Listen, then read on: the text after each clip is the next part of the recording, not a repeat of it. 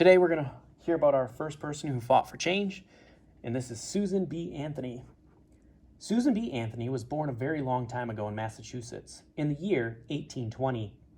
When she was a little girl, she did not know that she would grow up to become so influential, but that was to be her destiny. Her family certainly helped to shape the person she was to become. Susan's family was different from many others.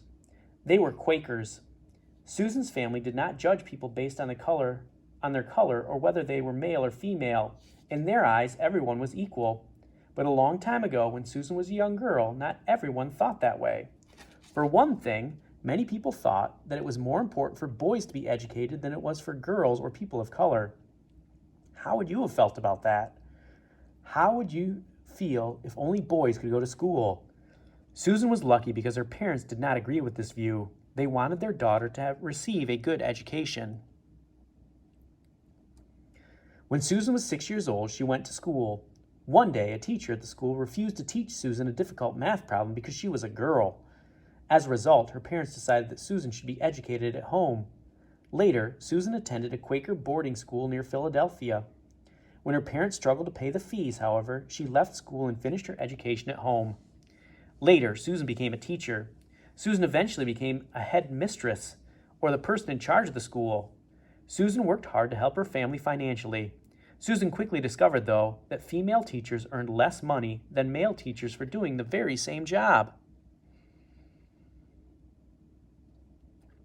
When Susan was 29 years old, she left the world of education and settled in her family home. Susan's family was now living near Rochester in New York. It was during this time that she met some very brave people who were trying to abolish or end slavery in the United States. These people were called abolitionists. Secret meetings were held late at night in her family home. Susan became involved too. Her heart began to tell her that it was important that she tried to make the world a fairer place. So Susan decided that she would join the fight to abolish slavery. A long and difficult journey had begun. In the early days of the Civil War, Susan helped to organize women's groups to speak out about slavery. This was not an easy thing to do. Back then, people did not have computers or cell phones. Susan and her supporters had to travel in horse-drawn carriages and communicate by letter. Newspapers printed many articles that criticized her views and called her a troublemaker. Susan did not care. She was fearless. When the Civil War raged in January 1863, President Abraham Lincoln took an important step towards ending slavery when he issued the Emancipation Proclamation. This proclamation or statement announced that the government intended to free all slaves in the United States. This meant that former slaves could make decisions about their own lives and that they could receive money for the work that they did. In December 1865, after the Civil War, slavery was abolished or ended completely. In the next few years after the Civil War, the law was changed so that former slaves became citizens and male slaves were given the right to vote. Susan was very happy that former male slaves had gained these rights. She was extremely unhappy that women did not have the same rights. The next fight was about to begin. It might be difficult to believe now, but when Susan was alive, women had very few rights.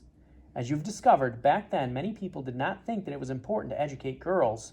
Women had very limited roles or small jobs in their communities.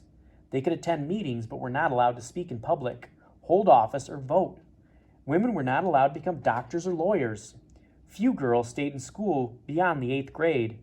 Married women could not own property. If they did own property before they got married, they had to turn it over to their husband after they got married. Susan had hoped that former abolitionists would now support women's rights. She was disappointed to discover that many men who had helped to abolish slavery did not believe that women should have suffrage or the right to vote.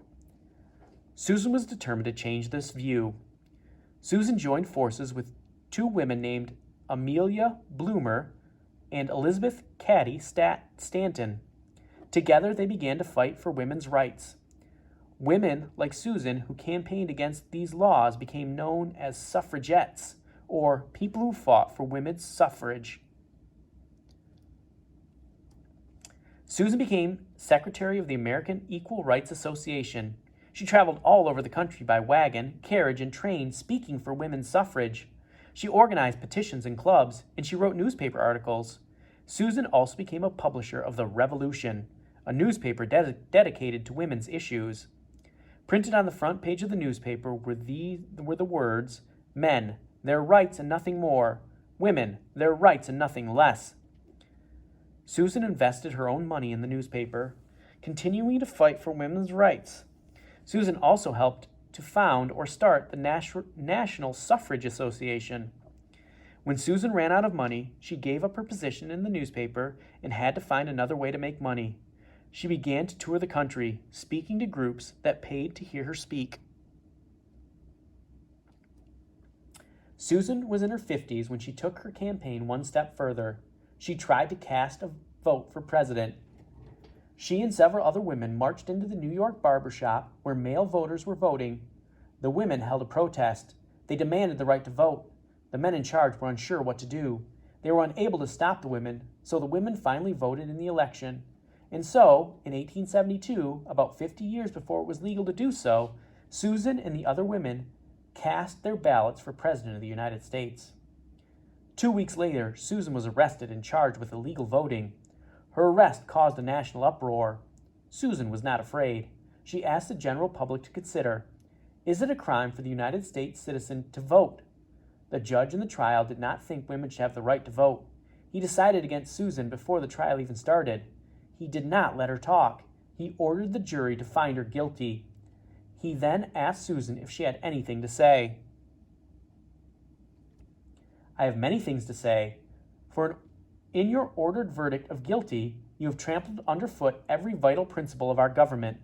My natural rights, my civil rights, my political rights, my judicial rights are all alike ignored."